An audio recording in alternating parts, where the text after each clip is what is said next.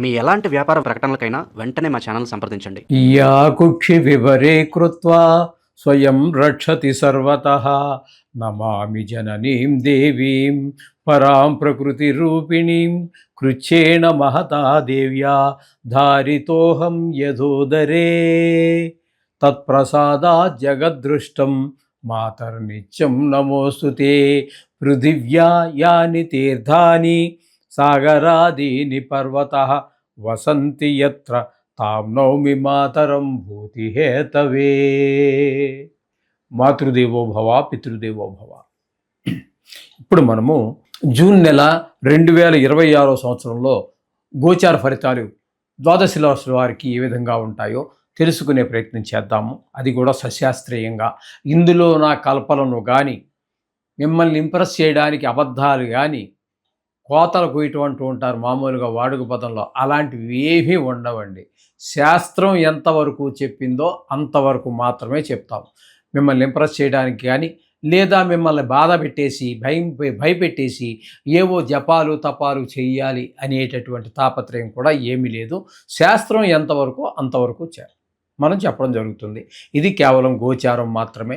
దీని ఫలితం ఒక 10 to 15% ఉంటుంది. నిష్ణాతులైన వారు చెప్తే, మామూలుగా ఏదో సగం సగం తెలుసుకుని చెప్తే అది ఎంత పర్సెంటేజ్ ఉంటుందో భగవంతుడికే తెలియాలి. కాబట్టి మిగతాదంతా కూడా వ్యక్తిగత జాతకం మీద ఆధారపడి ఉంటుంది. కాబట్టి మీ దగ్గర మీ తాలూకు date of birth, time of birth, place of birth ఇట్లాంటివన్నీ ఉన్నట్టయితే వ్యక్తిగత జాతకం రాయించుకోండి.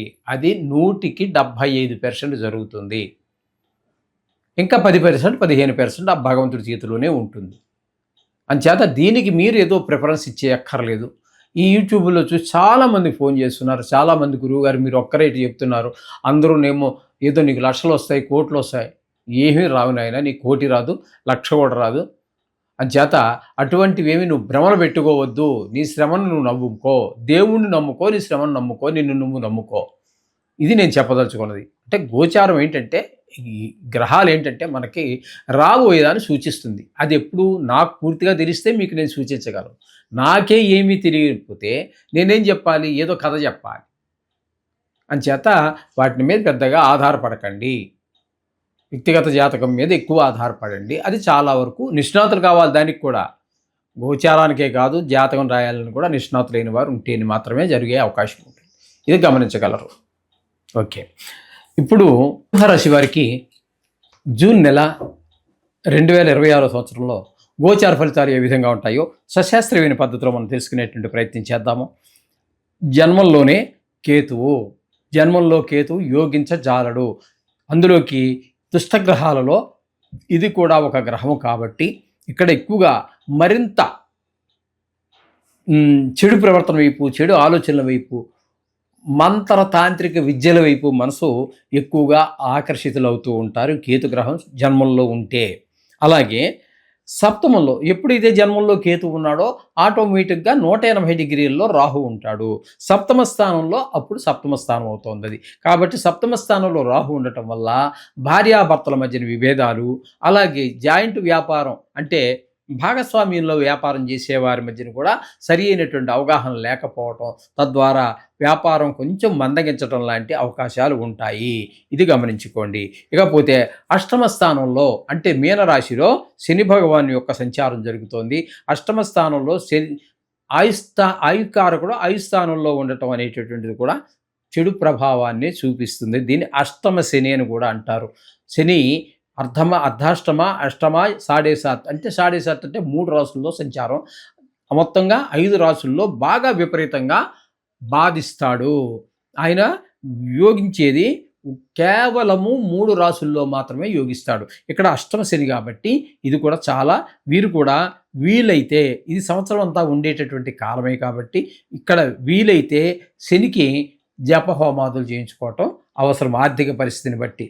లేకపోతే ఏదో శనివారం రోజున నూనె తీసుకెళ్ళి వారిని ఎత్తినిపోయటం, లేదా గుళ్ళో టికెట్ తీసుకుని పూజారి గారికో 50 100 ఇచ్చి ఆ శని పూజ చేయించుకోవటం అనేది ఒక తప్పనిసరి ఆవశ్యకతగా మీరు గమనించండి. అంటే ఇప్పుడు ప్రస్తుతం మనం చెప్పుకుంటున్నది నెల ఫలితాలు కాబట్టి అంత అవసరం లేదు. కానీ మొత్తం మీద ఇక్కడ మరి ఖచ్చితంగా మరి 2.5 సంవత్సరాలు ఉండేటటువంటి పరిస్థితి కాబట్టి. ఓకే, తదుపరి ఆ 20 రోజుల తర్వాత దశమ స్థానంలో ప్రవేశిస్తున్నారు కుజుడు. అక్కడ ఒక 10 రోజుల పాటు కుజుడు సంచారం చేస్తారు. అక్కడ కూడా వృత్తిపరమైన ఇబ్బందులు కలుగజేస్తాడు. ఇక్కడ ఈ దశమ స్థానంలోనే రవి యొక్క సంచారం కూడా 15 రోజులు ఉంది.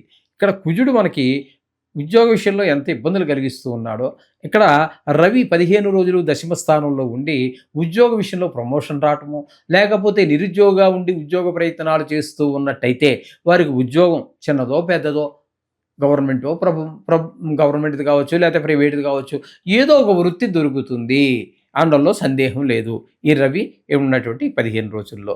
ఇకపోతే భాగ్యస్థానంలో కుజుని యొక్క సంచారం జరుగుతోంది. భాగ్యస్థానంలో కుజుని యొక్క సంచారము 20 రోజులు జరుగుతోందండి. భాగ్యస్థానంలో కుజుని యొక్క సంచారం వల్ల తండ్రి గారి ఆరోగ్య విషయంలో, దాన ధర్మాలు, గుళ్ళు గోపురాలు తిరిగే విషయాల్లో మనకి అనుకూలమైన ఫలితములు అయితే రావు. తండ్రి గారి ఆరోగ్య విషయంలో ప్రత్యేకమైన శ్రద్ధ తీసుకోండి.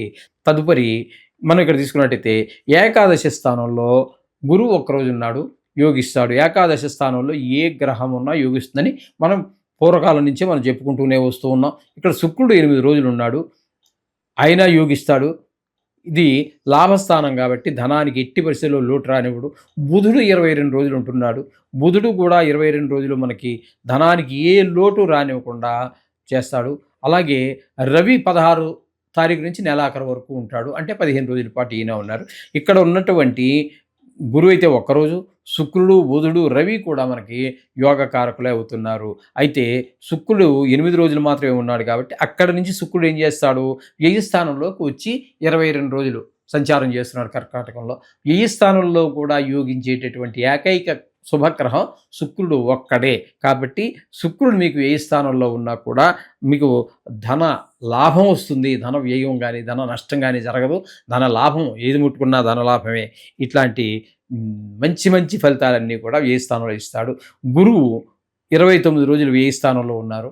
ఇది వ్యయ స్థానంలో ఉండటం ద్వారా మీకు డబ్బు ఖర్చు అవుతుంది, తప్పకుండా మీరు కాదన్నా అవుతుంది, వచ్చి మీద పడుతుంది, తప్పించుకోలేని పరిస్థితి. ఒకవేళ చేతిలో డబ్బులు లేకపోతే అప్పు చేసినా ఖర్చు పెట్టాల్సిన పరిస్థితి. కానీ ఆ డబ్బు సద్వినియోగం అవుతుంది. అదొకటి మనకి ఆనందాన్ని కలిగించేటటువంటి విషయం. ఒక ఇల్లు కొంటానికో, లేకపోతే పిల్లవాడి చదువు గురించో, మరి అట్లా ఇంట్లో ఏదో ఒక ఎసెట్, ఒక ఆస్తి లాంటిది సంపాదించుకోవడానికి ఉపయోగపడుతుంది. కాబట్టి అదొకటి మనం కొంచెం సంతోషించదగినటువంటి విషయం. ఇకపోతే బుధుడు 8 రోజులు ఇక్కడ సంచారం చేస్తూ ఉన్నాడు. ఆ వ్యయ స్థానంలో బుధుడు 8 రోజులు కూడా ధన వ్యయము, ధన నష్టం ఇత్యాది కార్యక్రమాలే చేస్తూ ఉంటాడు.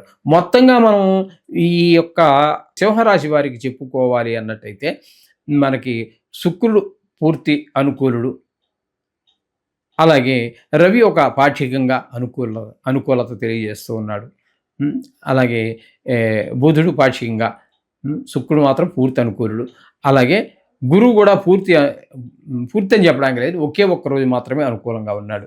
అంచేత మీకు చాలా గ్రహాలు ప్రతికూలతలే ఎక్కువ ఉన్నాయి కాబట్టి రవి కూడా పాక్షికంగా మనకి ఉపయోగపడుతున్నాడు.